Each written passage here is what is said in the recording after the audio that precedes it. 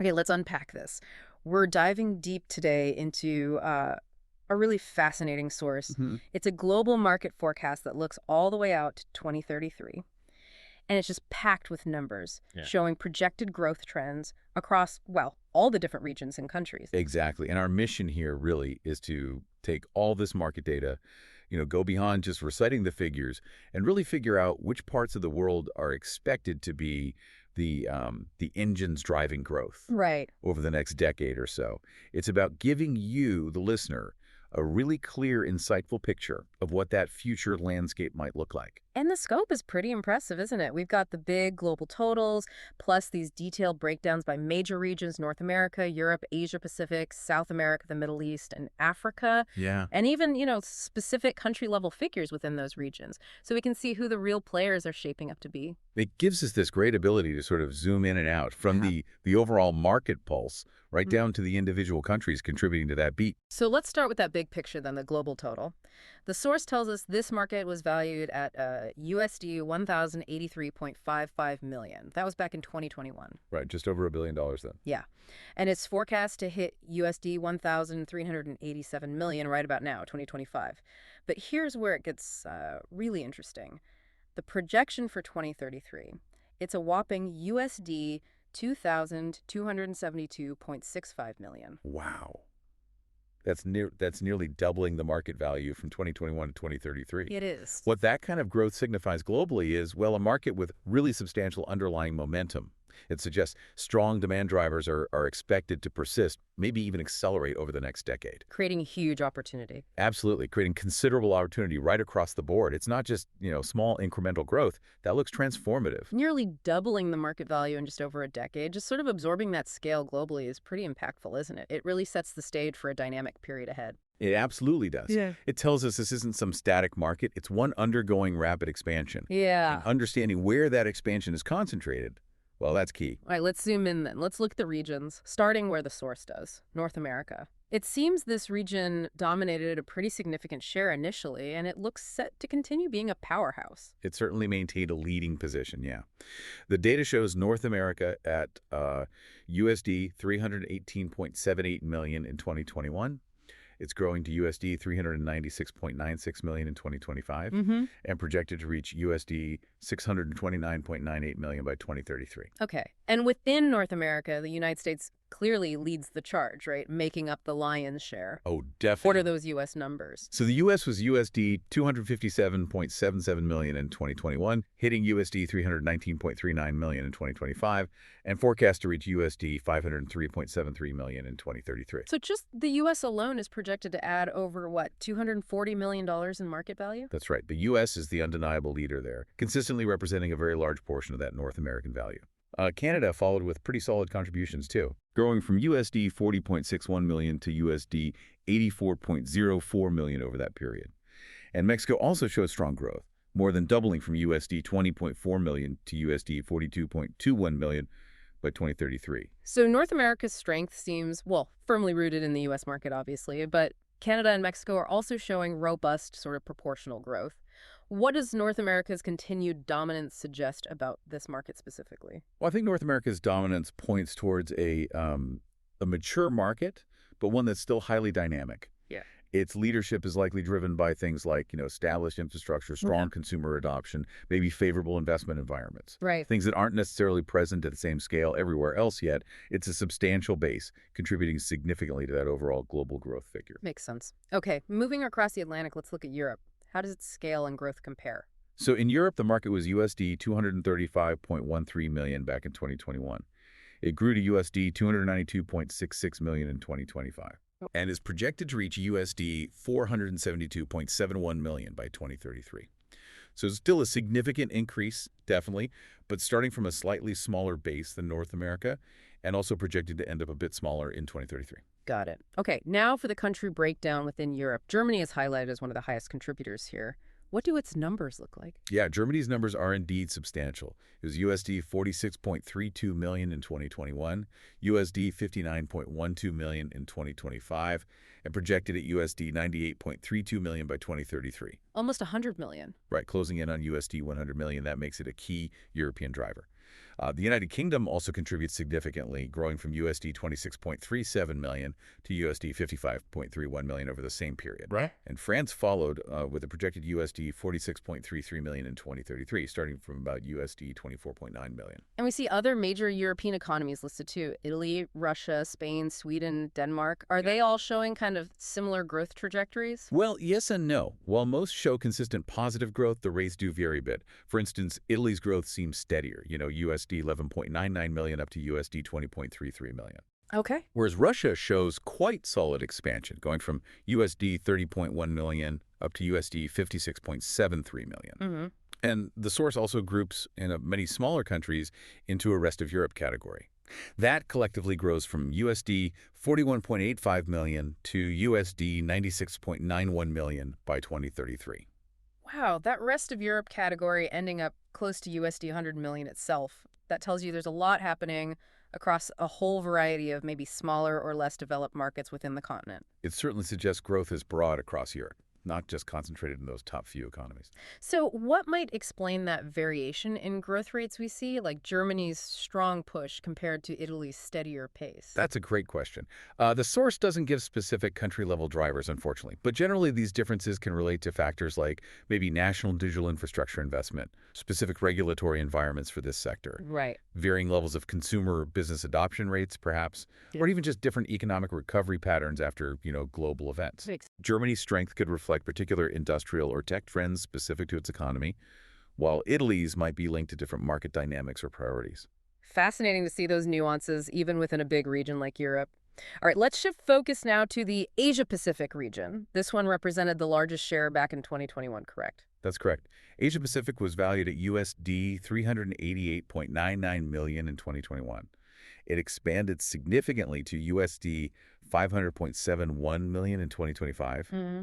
and it's projected to surge to a massive USD 861.33 million by 2033. Wow. So yeah, it's not just maintaining its strength, it's projected to remain the largest regional market and show incredibly strong absolute growth. USD 861 million. That's This audio was created with podcastle.ai. And show incredibly strong absolute growth. USD 861 million. That's huge. And China is obviously a major contributor here. Absolutely. China's a powerhouse in the region. It Right. grows from USD 154.43 million in 2021 to a projected USD 354.87 million in 2033. So that's adding over $200 million just within China. Right. And India also shows really notable expansion. It's projecting to more than double, from USD 69.63 million to USD 165.38 million by 2033. Those India numbers show a really huge jump. Japan is also significant, nearly doubling its market value over the period too, from about 43 million to 88 million. USD 43.02 M to USD 88.37 for Japan, yes. And we also see countries like South Korea, Australia, Singapore contributing. Yes, there's strong growth across many key economies there. Right. South Korea goes from USD 22.17 to USD 40.48 M. Australia, USD 9.84 M to USD 18.35 M. Singapore, USD 10.89 M to USD 20.67 M. Okay. And the source also groups the Southeast Asia market collectively. That increases from USD 58.23 million to USD 123.52 million. Right. However, if we connect this back to the bigger picture, the rest of APAC's category, well, that's projected to be truly explosive growth. Okay. It went from USD 447.18 million in 2021 to USD 707.74 million in 2025, and a staggering USD 1,729.28 million in 2033. Wait, hang on a second. Did you say 1.7 billion just for rest of APAC? That's what the source data indicates, yes. Right. USD 1,729.28 million. That number, I mean, according to this data, that's projected to be 5 times larger than China's individual contribution by 2033. That seems incredibly large compared to the countries listed individually. It does stand out significantly, doesn't it? Based on the source data we have, that is indeed the projection for rest of APAC in 2033.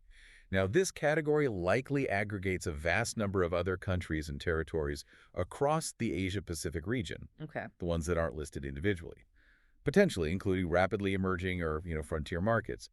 While the source doesn't break down why this collective growth is projected to be so high, Right. its sheer scale suggests that market expansion in APAC is, well, profoundly broad-based.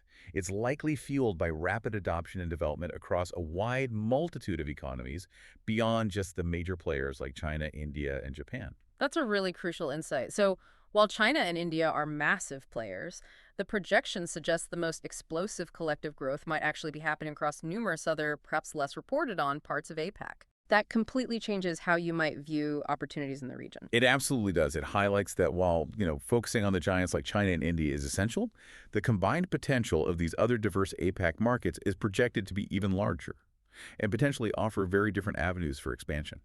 Fascinating. Okay, let's head south then to South America. How does that region stack up in this forecast?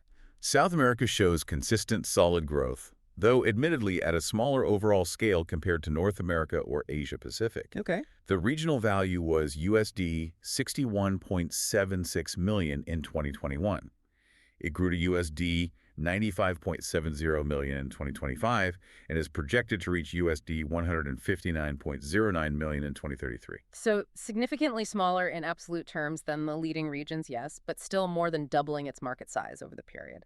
Who are the key players driving that growth in South America? Brazil is the clear leader there. It's growing from USD 21.18 million in 2021 to a projected USD 55.52 million in 2033. Argentina is also a significant contributor, rising from about USD 7.5 million to nearly USD 18 million. Colombia follows, projected to reach about USD 12.5 million in 2033 from under 5 million. And the source also lists Peru and Chile showing steady increases, alongside, again, a rest of South America category that nearly triples its market value from about USD 22 million to USD 58 million. It's interesting seeing the relative size of that South American market. It's definitely not playing at the same scale as APAC or North America, but that consistent growth across its major economies and the collective rest of South America shows real steady expansion is happening there too. Indeed. While smaller overall, the data points towards a healthy, growing market across the continent. That consistent positive trend across all the listed countries suggests broader regional development in this sector. Okay, next up, the Middle East. What does the forecast look like there? The Middle East market is also projected for significant expansion.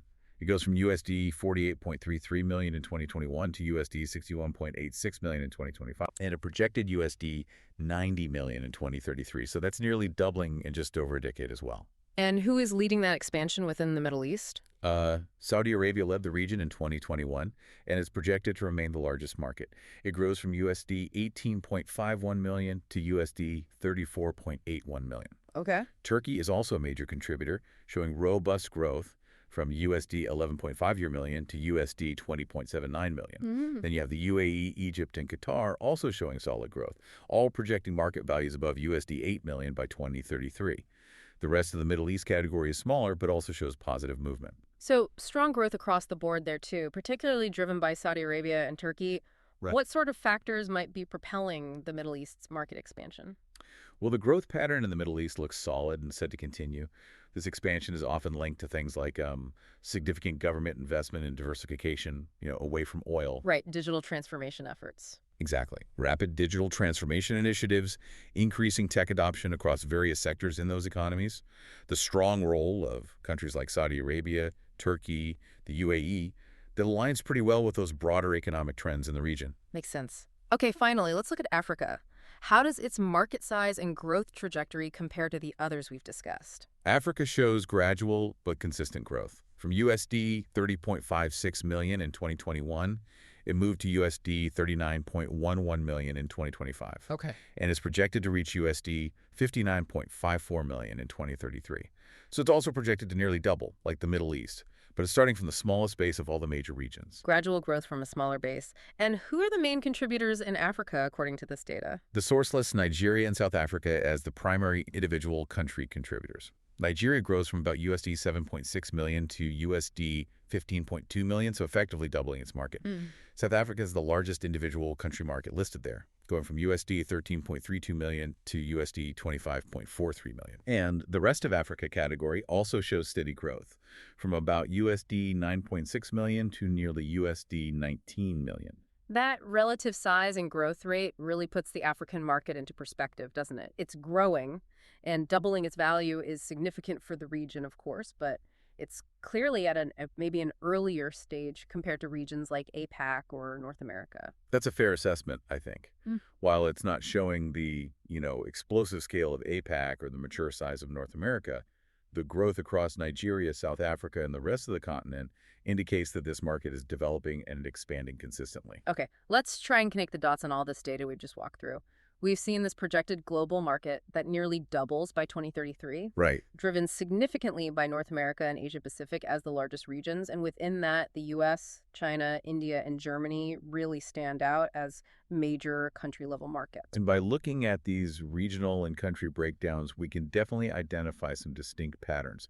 Asia Pacific, particularly when you factor in that huge rest of APAC's number. Yeah, that was striking. It shows a trajectory of exceptionally rapid, really broad-based expansion. Compared to that, regions like Europe and the Middle East show strong, solid growth. While South America and Africa are growing consistently, but maybe from smaller bases, and perhaps at a more gradual pace in certain segments. So bringing this back to you, the listener, why are these regional shifts and these country contributions so important for you to know? What does comparing these different growth patterns really help you understand? Well, this data essentially provides a geographic map of future market opportunity in this particular sector.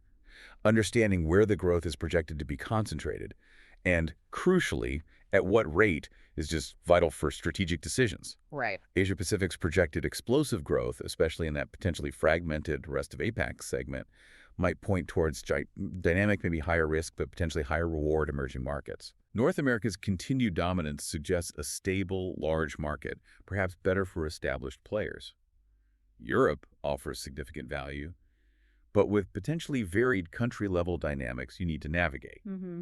Seeing these differences helps you move beyond just a generic, oh, the market is growing statement, to really understand the distinct regional plays.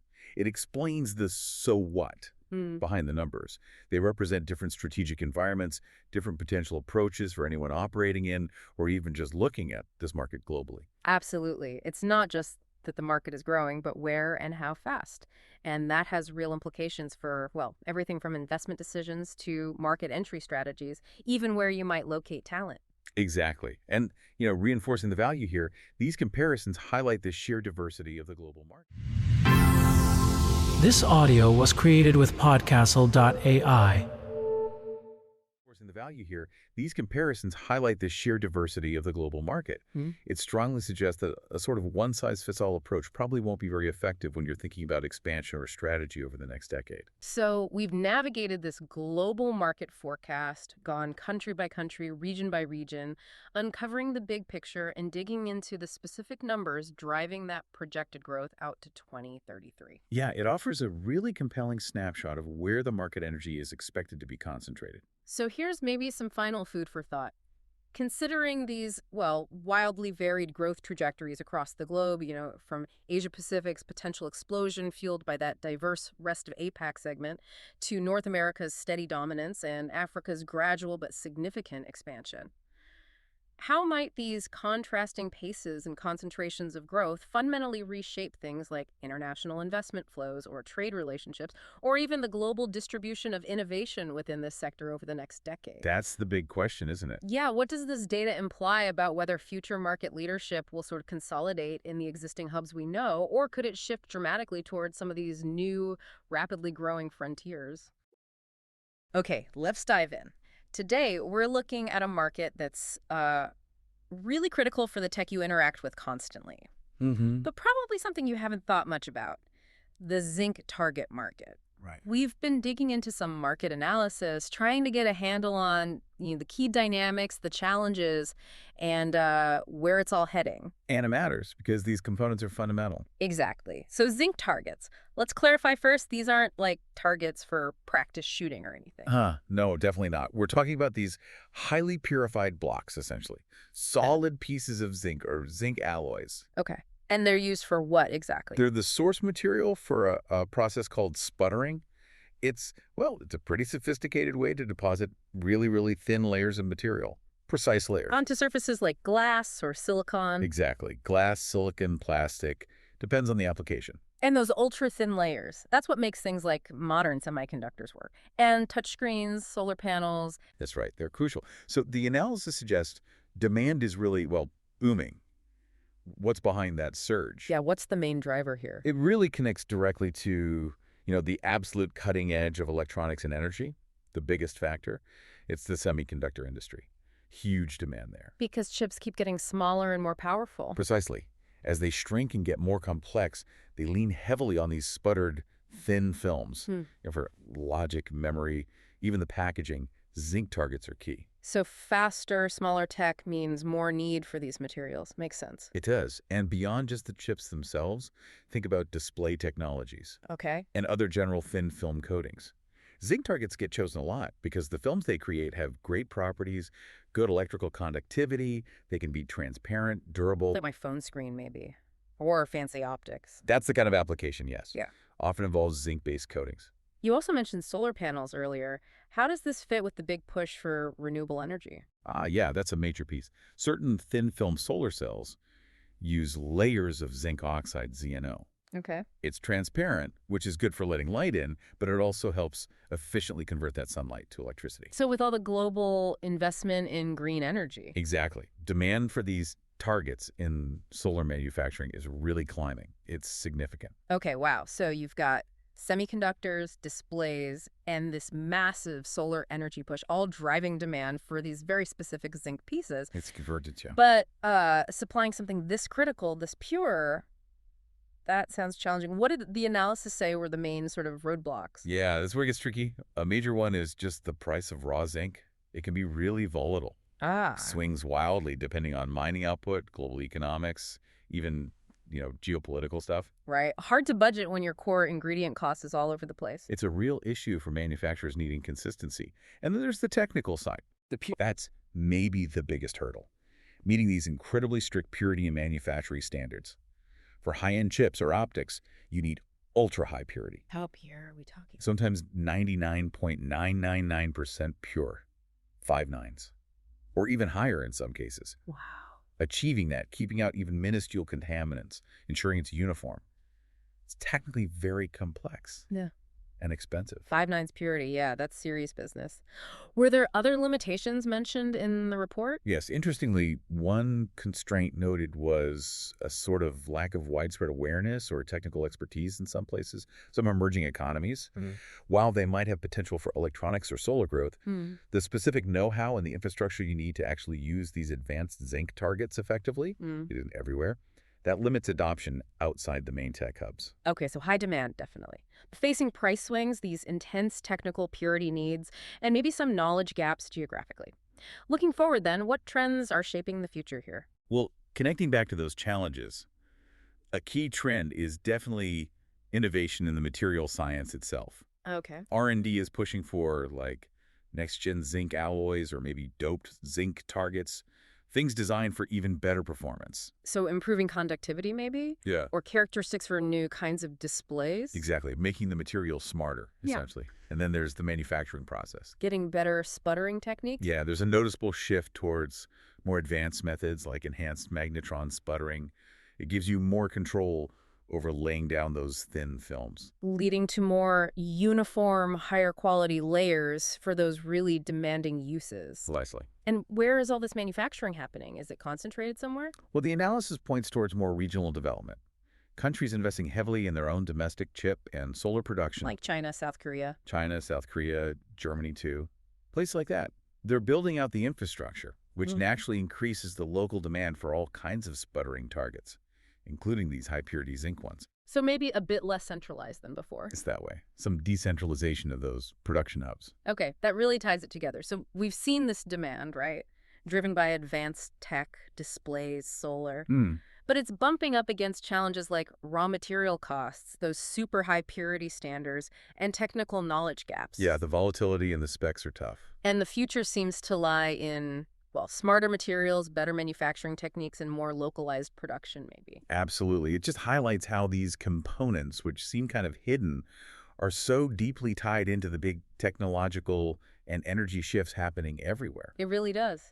Which makes you think, with this global push for both cutting-edge devices and sustainable energy.